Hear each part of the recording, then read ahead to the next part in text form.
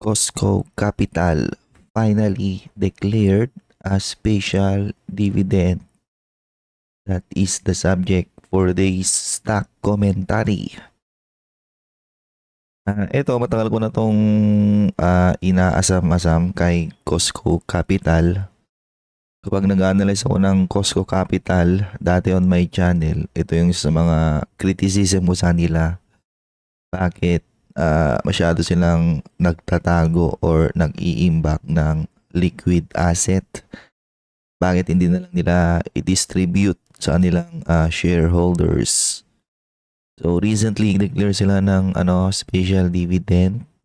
Baka ito na yung start or hopefully ito na yung start na every year meron sila laging pa-special dividend. I remember si LTG or Lusiotan Group. Dati hindi naman namigyan ng special dividend yun eh. For the past 4 or 5 years lang ata siya nag-start mamigay ng malalaking special dividend. So who knows, maging ganito na rin ang Costco Capital na because of that special dividend, na-boost yung kanilang dividend payout significantly.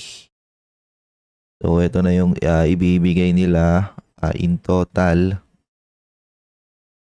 which means mag-yield sila around based on their last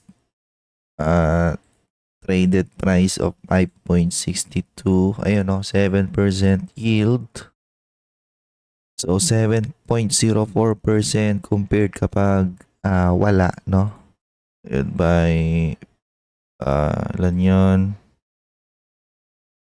By 5.62, so around 3.7% lang, no? So almost kalahati ng 7.05%. So bakit gusto ko siyang mamigay ng special dividend or taasan niya yung kanyang payout? Well, ito kasi yan. Okay. So makikita nyo rito, yung kanyang cash and cash equivalents 2023 is 61.8. So recently naging na lang 46, I believe ay in-acquire to recently, plus 6.16.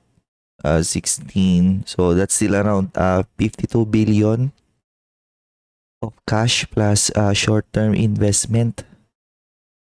Diba? Sobrang laki. Sobrang laki niyan. I-compare mo sa kanyang market cap of only 40 billion. Diba? Malaki pa yung kanyang liquid asset, cash plus short-term investment kaysa sa kanyang liquid asset. Can you imagine that? Ganon kalaki mag-imbak ng cash ito. Okay. Current asset 123 billion versus total current liabilities lang na 35 versus total liabilities lang na 94, di ba? Hindi naman sila aggressive mag-trim down ng debt. Hindi naman sila aggressive mag-share buyback. Hindi naman sila ganun ka-aggressive gumawa ng acquisition, ganon. Ang tagal na nilang ganito eh, yung malaging mataas yung kanilang cash plus short-term investment. Kumbaga, it's been this way for many years. Kaya for many years, hindi rin siguro pinapansin yung stock nito. Kasi nga, medyo siya, hindi siya shareholder friendly kung tawagin. So with a payout of 7.04%,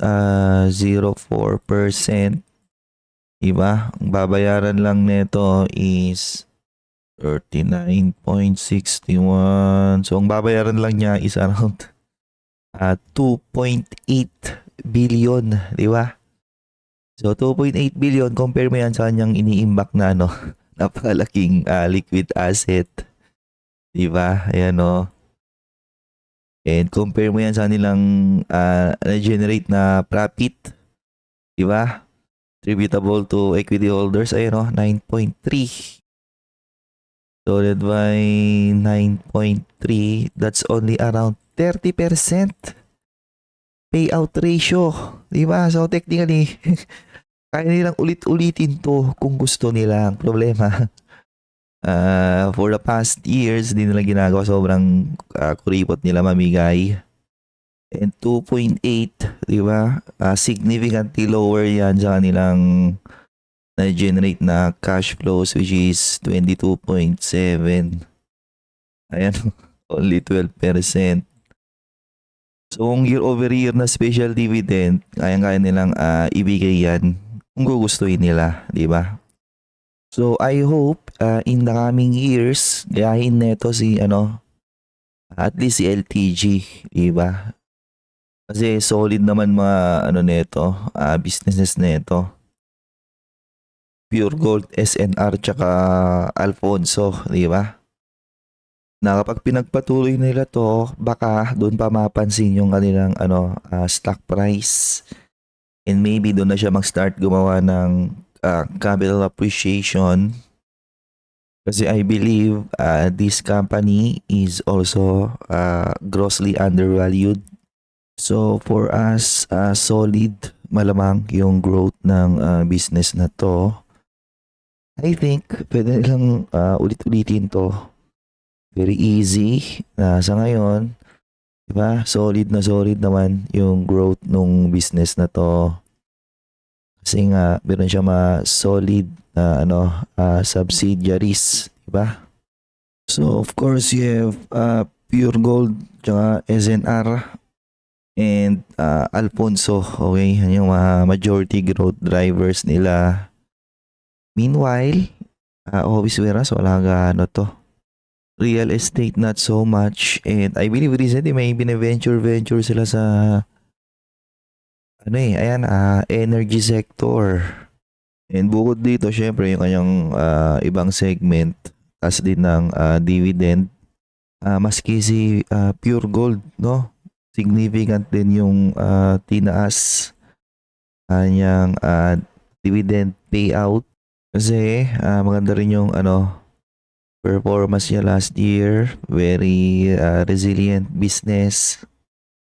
Ito rin pala dati, no? Mababa rin payout nito dati. Recently lang sila namimigay ng malaki din na dividend. 1.09 plus 0.72.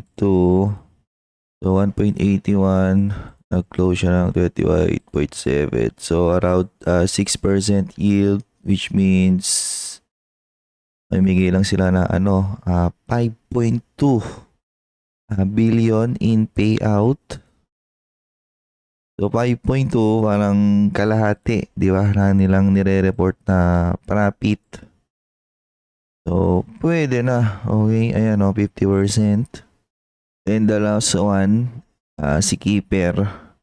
So eto, konti lang yung tinas niya. Kasi mataas na payout nito. I believe nasa 50%. Mahigit na rin in payout ratio. And this company is growing as well, di ba?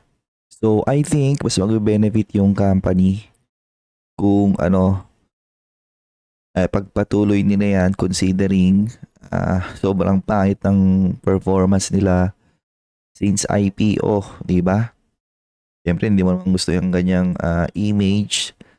So pag mamimigay sila ng madaming dividends year over year, which is afford nila, and continuous naman yung magiging growth nila. Ganon.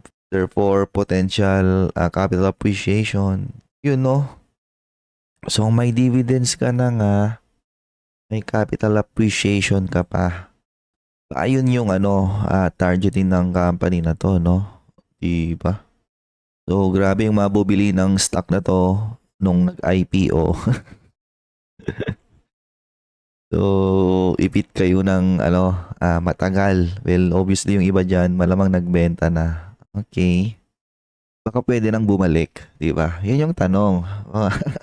Yung time pwedeng bumalik.